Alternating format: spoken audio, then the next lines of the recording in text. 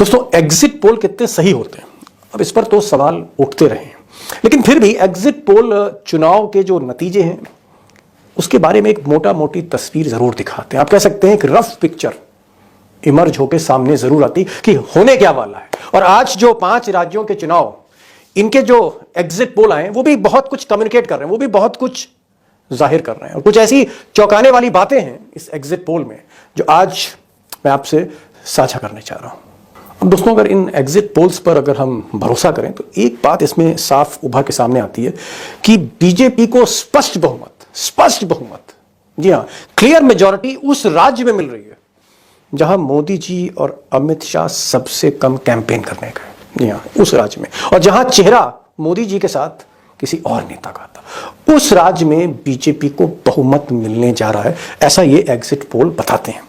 एक और चौंकाने वाली बात जो सामने आ रही है वो ये है कि राहुल गांधी ने जिस तरह तेलंगाना में भीड़ जुटाई, लाखों की भीड़, और जिस तरह एक बहुत ही मजबूत, आप कह सकते हैं जो सबसे स्ट्रॉन्गेस्ट इलेक्शन था डिफीट करना, वो तेलंगाना का था, बीआरएस का था, जो प्रचंड बहुमत के साथ हैदराबाद में राज कर रहे थे।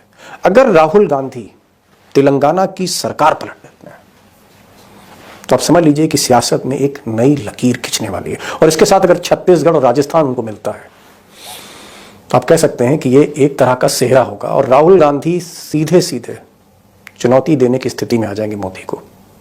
और तीसरी बड़ी बात, अशोक गहलोत, जिनको खुद कांग्रेसियों ने रिटायर मान लिया था और जिनकी बीती जो सरकार थी 4-5 साल की, जो हिचकोले खाती रही सचिन पायलट और तमाम तरह के विद्रोह का सामना करते हुए, और जिस तरह से गुजरात लॉबी ने, जिस तरह से मोदी, नड्डा और अमित शाह ने आखिरी 20-25 दिनों में, आप कह सकते हैं, कारपेट बॉम्बिंग कर दी थी राजस्थान में, अगर उस युद्ध में से भी एक ऐसा मुख्यमंत्री सामने निकल कर आता है और जीत जाता है तो मुझे लगता है कि मोदी को 9.5 साल में इतना बड़ा झटका फिर किसी ने नहीं दिया होगा। तो अशोक गहलोत अगर जीतते हैं, जैसे कि कुछ एग्जिट पोल जाहिर कर रहे हैं, तो ये एक चौंकाने वाली जीत होगी, क्योंकि राजस्थान में हमेशा सरकार बदलती रहती है, यही रिवाज है वहां। इस रिवाज को अगर बदल देते हैं गहलोत, बड़ा ब्रेक थ्रू होगा ये। अब दोस्तों, सच्ची बात यह है कि गोदी मीडिया के दौर में, मोदी जी के इस दौर में, आप किस चैनल के एग्जिट पोल पर भरोसा करें, किस पर नहीं करें, बड़ा मुश्किल है। अब जैसे अर्नब गोस्वामी का रिपब्लिक है, उस पर आप कितना भरोसा कर सकते हैं, रजत शर्मा जी का जो इंडिया टीवी, आप कितना भरोसा कर सकते हैं। ये जो एग्जिट पोल हैं, ये कितने मैनिपुलेटेड हैं, मुझे लगता है कि इसका अंदाजा आपको भी नहीं होगा, ना मुझे है। तो इसलिए कहीं ना कहीं हर एग्जिट पोल पर आप यकीन नहीं कर सकते। लेकिन हाँ, स्ट्राइक रेट के हिसाब से आप देखें, अगर इन एग्जिट पोल को पिछले 10-12 साल में आप इनकी तुलना करते हैं, exit poll versus exact result जो आ रहा है, तो उसमें एक ही आप कह सकते हैं इसमें सर्वे कंपनी है एक्सेस माई इंडिया, जिसका स्ट्राइक रेट 94% है, 94% स्ट्राइक रेट है, यानी जो एक्सेस माई इंडिया दिखाता है 94% कहीं ना कहीं उसमें एक्यूरेसी रहती है। इसलिए आज एक्सेस माई इंडिया, जो आज तक और इंडिया टुडे का सर्वे, उसको मैंने थोड़ी तरजीह दी है। हालांकि इसका लिटमस टेस्ट भी, अग्नि परीक्षा भी 3 दिसंबर को पता लग जाएगी कि एक्सेस माई इंडिया इस बार कितना सही था। बहरहाल, एक्सेस माई इंडिया के जो सर्वे हैं, एग्जिट पोल हैं, चौंकाने वाले हैं। अब दोस्तों, एक बात बिल्कुल सही है कि बीजेपी की अगर कहीं सबसे ज्यादा हालत खस्ता थी, सबसे बुरी गत अगर कहीं थी, तो वो मध्य प्रदेश था, जो सबसे बड़ा राज्य इन 5 राज्यों में, 230 सीटें। और उसकी वजह यह थी कि शिवराज सिंह साहब जो हैं, यानी मामा जी और मोदी जी की कभी बनी नहीं। मोदी जी ने मामा को हमेशा अपना शत्रु माना, कॉम्पिटिटर माना, प्रतिस्पर्धी माना। उनको लगा कि यह आदमी ही है जो चैलेंज दे सकता है। इसलिए पिछले 8-9 वर्षों से मामा के पांव में हमेशा बेड़ियां डाली गई। एकमात्र मुख्यमंत्री है शिवराज सिंह चौहान जिसके मुखालिफ, जिसके विरुद्ध सीबीआई में फाइल खोल दी मोदी जी ने। और यहां तक कि इस बार जब शिवराज सिंह मुख्यमंत्री थे, 4थी बार के, पहली लिस्ट में मुख्यमंत्री का नाम ही नहीं था उम्मीदवारों में। बहुत देर में जाके शिवराज यानी मामा को टिकट दिया। तो मामा के पांव में बेड़ियां थी। मामा के मुखालिफ कई लोगों को खड़ा कर दिया था। नरेंद्र सिंह तोमर को कहा जा रहा था कि साहब ये मुख्यमंत्री हैं। उससे पहले कहा जा रहा था कि ज्योतिरादित्य सिंधिया मुख्यमंत्री बनेंगे। उससे पहले कहा जा रहा था कि कैलाश विजयवर्गीय ये मुख्यमंत्री, कोई नरोत्तम मिश्रा को बना रहा है, कोई वीडी शर्मा को बना रहा है। मध्य प्रदेश तमाम छोटे छोटे नेताओं में, लॉबीज में पट चुका था। और ऐसे में जो रिमोट था वो अमित शाह ने छीन लिया था शिवराज के हाथ। शिवराज को एक तरह से गोदाम में पैक कर दिया था और शिवराज को मजबूरन वोटर्स के बीच में जाना पड़ा और ये कहना पड़ा कि मामा चुनाव लड़े या ना लड़े, मामा संन्यास ले ले राजनीति से या आपकी अभी भी खिदमत करे। ये हालत हो गई थी। ये एक ऐसा राज्य था जो बीजेपी के हाथ से जा रहा था, जहां भैंस पानी में सबसे पहले चली गई थी बीजेपी की, और कमलनाथ को 6 महीने पहले ही मुख्यमंत्री मान लिया गया था। जय वीरू की जोड़ी, कमलनाथ और दिग्विजय की जोड़ी। लेकिन एक्सेस माई इंडिया, जिसकी स्ट्राइक रेट 94% है, मैं अर्नब गोस्वामी की बात और रजत शर्मा की बात नहीं कर रहा हूं, और आप भी 3 दिसंबर को देखिएगा एक्सेस माई इंडिया को, इसकी स्ट्राइक रेट क्या होती है। एक्सेस माई इंडिया का कहना है, उसका जो एग्जिट पोल है, मध्य प्रदेश में स्वीप कर रहे हैं शिवराज सिंह चौहान, और मध्य प्रदेश में इंडिया टुडे अगर आप देखें तो 140 से 162, यानी 230 का हाउस है, 230 सीटों का हाउस है, 116 जो है वो मेजॉरिटी है, टारगेट है, वहां पर 162 तक बीजेपी पहुंच सकती है। वो बीजेपी जो 90 पे खड़ी थी, 85 पे खड़ी थी, 162। अभी चौंकाने वाला, मुझे समझ के बारे में अपने एक्सपर्ट प्रोफेसर रविकांत से इस पर डिस्कस करूं, लेकिन एक चीज तय है कि मोदी और अमित शाह ने शिवराज को अकेला छोड़ दिया था। उनको लग रहा था कि यहां पर बदनामी होगी, अपमान का घूंट पीना पड़ेगा, और आखिरी 25 दिनों में शिवराज ने अपने बूते यहां पर कैंपेन किया, जनता का सामना किया। मोदी जी और अमित शाह उन 25 दिनों में भी पीछे से परख धरते रहे। अगर शिवराज जीतते हैं तो 5वीं बार के मुख्यमंत्री होंगे, और एक बड़ी चुनौती बनकर वो गुजरात लॉबी के लिए उभरेंगे। A new challenge to Modi, Shivraj Singh Chauhan.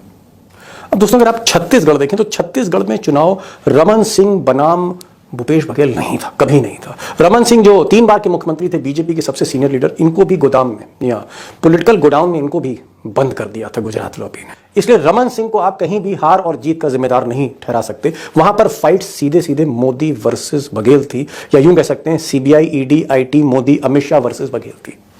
और अगर आप एग्जिट पोल देखेंगे तो आखिर में जिस तरह से घेराबंदी हो गई, छापेमारी हो गई बघेल पर, फिर भी बघेल अगर आप देखें इंडिया टुडे एक्सेस में तो वो 50 सीटें उनको दे रहे हैं, दैनिक भास्कर जो है वो 46 से 55 सीट दे रहे हैं, एबीपी अगर सी वोटर देखें तो 53, यानी कुल मिलाकर जो अगर 90 के हाउस में 46 की जो मेजॉरिटी है, कहीं ना कहीं बघेल शायद फिर से सरकार बना सकते हैं। हर एग्जिट पोल ने उनको एच दिया है।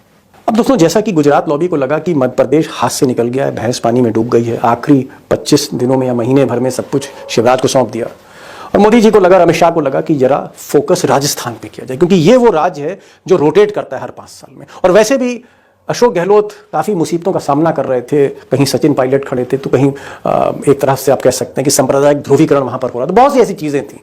मोदी जी को लगा कि ये राज्य जीत सकते हैं, और वो राज्य मोदी जी ने अपने चेहरे पर लगा। वहां पर इस महारानी का कहीं नामो निशान नहीं था। सिर्फ आखिर में अमित शाह ने नरम गरम नीति के तहत वसुंधरा राजे के कुछ लोगों को टिकट दे दिया, वरना वसुंधरा राजे का वही हाल था जो रमन सिंह का छत्तीसगढ़ में था। ये जो इलेक्शन था ये मोदी वर्सेस गहलोत था, मोदी वर्सेस कांग्रेस कह लीजिए। और यहीं पर एक्सेस माई इंडिया 94% स्ट्राइक रेट, मैं कोई तरफदारी नहीं कर रहा हूं, लेकिन मैंने कहा ना 3 दिसंबर को आप चेक कर सकते हैं। एक्सेस माई इंडिया का कहना है कि गहलोत अभी हारे नहीं हैं। अब गोदी मीडिया कह रही है, ये आज तक कह रहा है कि गहलोत अभी हारे नहीं है, और गहलोत को राजस्थान में 86 से 106 सीटें दी हैं एक्सेस माई इंडिया आज तक, इंडिया टुडे ग्रुप ने, और वहां पर 199 सीटें, एक सीट पर उम्मीदवार का निधन हो गया था, तो 200 की जगह 199 पर सीटों पर चुनाव लड़ा गया। 100 पर मेजॉरिटी मार्क है, 106 तक जा सकते हैं गहलोत। और बीजेपी, मोदी जी जो चुनाव लड़े, जिन्होंने आप कह सकते हैं सारी ताकत झोंक दी, तरकस से सारे तीर चला दी राजस्थान में, Modi ji, Amit Shah, Nadda, corporate lobby, ED, CBI, income tax, गोदी मीडिया, सबके सब जहां अशोक गहलोत पे मोर्चा खोल रहे थे, वहां पर गुजरात लॉबी को नाको चने चबवा दिए अशोक गहलोत ने, जिसको खुद रिटायर मान लिया था कांग्रेस ने। अब मिजोरम पर मैं इसलिए दोस्तों नहीं जा रहा हूं, क्योंकि मिजोरम में कहीं ना कहीं जो स्थिति है वहां बीजेपी एक तरह से नगण्य है, वहां फाइट 2 रीजनल पार्टीज के बीच में, लेकिन कांग्रेस मिजोरम में अच्छा कर रही है। अगर हम तेलंगाना की बात करें, जो मैंने पहले कहा था कि राहुल गांधी के लिए लिटमस टेस्ट होगा कि कर्नाटक जीतने के बाद अगर वो तेलंगाना जीतते हैं, अगर बेंगलोर के बाद हैदराबाद भी आ जाता है राहुल गांधी के पास, हाई जीडीपी के 2 स्टेट, पैसे वाले 2 राज्य, तो 24 का चुनाव लड़ना कांग्रेस के लिए आसान होगा। बहुत मुश्किल चुनौती थी, कांग्रेस की कहीं गिनती नहीं थी 6 महीने पहले, और अगर इतना बड़ा टर्न अराउंड होता है जैसा कि एग्जिट पोल दिखा रहे हैं तेलंगाना में, तो राहुल गांधी के लिए ये एक ऐसा अचीवमेंट होगा जो कहीं ना कहीं कांग्रेस अपने हाल फिलहाल के इतिहास में उसको सबसे ऊपर दर्ज करेगी, तेलंगाना अगर कांग्रेस जीतती है। अब दोस्तों मैं एक बात फिर कहना चाहूंगा कि ये जो एग्जिट पोल हैं गोदी मीडिया के हैं, और गोदी मीडिया ही अगर किसी अशोक गहलोत को आगे दिखा रही है, या कहीं पर कांग्रेस को आगे दिखा रही है, या भूपेश बघेल को बता रही है कि ये जीतेंगे, और अगर शिवराज सिंह चौहान जो एक नंबर के आप कह सकते हैं टारगेट पर है गुजरात लॉबी के, उनको भी जीता हुआ दिखा रही है, तो कहीं ना कहीं हमें इसको स्वीकार करना चाहिए। लेकिन 2 दिन बाद 3 दिसंबर को ये एग्जिट पोल कितने सही हैं, जो कुछ मैंने आपके साथ साझा किया एग्जिट पोल, ये कितने सही हैं, ये 3 दिसंबर को क्लियर हो जाएगा जब एग्जैक्ट